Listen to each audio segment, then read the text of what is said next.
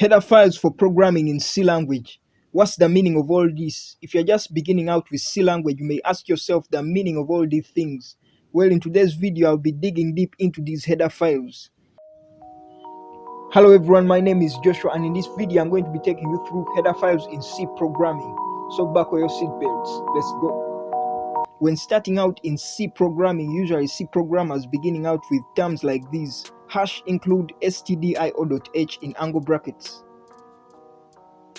In C language, all header files begin with hash include. This is a preprocessor directory. This basically means that the hash include will include the file given in angle brackets to your program. Let's begin out with hash include stdio.h. stdio.h, this stands for standard input and output, and this is a header file for input and output functions in your program. If you don't know input and output functions, let me give you an example.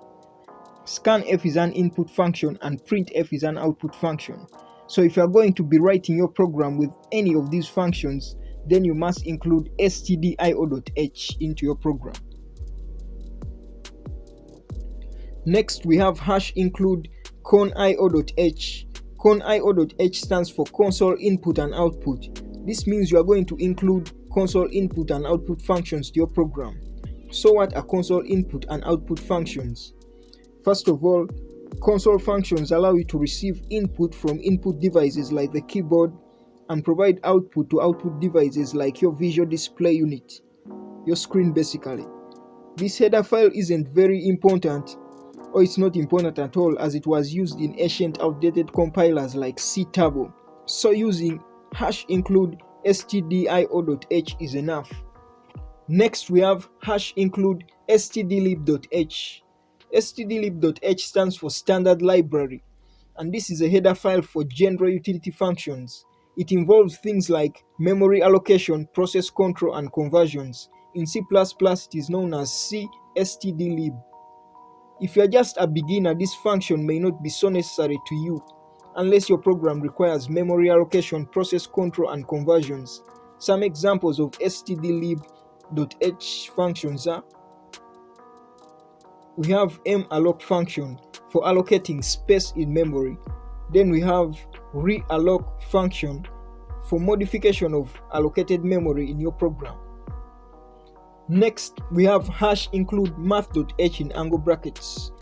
This is a header file for mathematical operations. So if you are going to be dealing with any mathematical functions, math.h is the header file to include.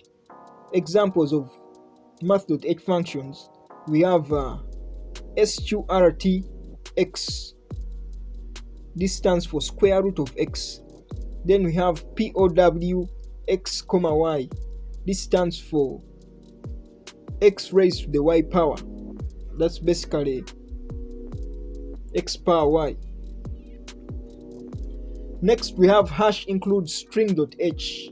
String.h is a header file in C which contains macro definitions, constants, and declarations of functions and types used not only in string handling but also in various memory handling functions. But mainly, string.h is for string functions in your program. For example, strcat function. This one concatenates string 2 at the end of string 1. Then we have strcpy function. This copies string 2 into string 1. Then we have strlen function. This gives the length of string 1. You may not understand this immediately, but I'll be explaining more of such functions in the next video. This current video was to teach you more about header files in C programming, so subscribe if you have to. Next, we have hash include ctype.h. ctype.h is a header file to declare several functions that are useful for testing and mapping characters. This can be best explained with examples of functions in ctype.h header file. We have isAlpha function. This one checks whether the character is alphabetic. Then we have isDigit function. This one checks whether the character is a digit. Then we have isAlphaNum. This one checks whether the character is alphanumeric. Next, we have hash include time.h. You can already guess what this C header file is used for. In basic terms, this is used to include date and time to your program. If your program includes date and time functions, this is the header file to use, time.h. Some examples of time.h functions: we have getDate function. This function is used to get the CPU time. Then we have the clock function. This one is used to get current system time. Then we have the diff time function. This one is used to get the difference between two given times. Next, we have hash include float.h. This is a header file that contains a set of diverse constants. These constants are platform dependent, related to floating point real number values. Question here: what's a float? This is also called a floating point, and it's a variable that contains whole numbers and fractions. That means that it is a numeric value with decimal points.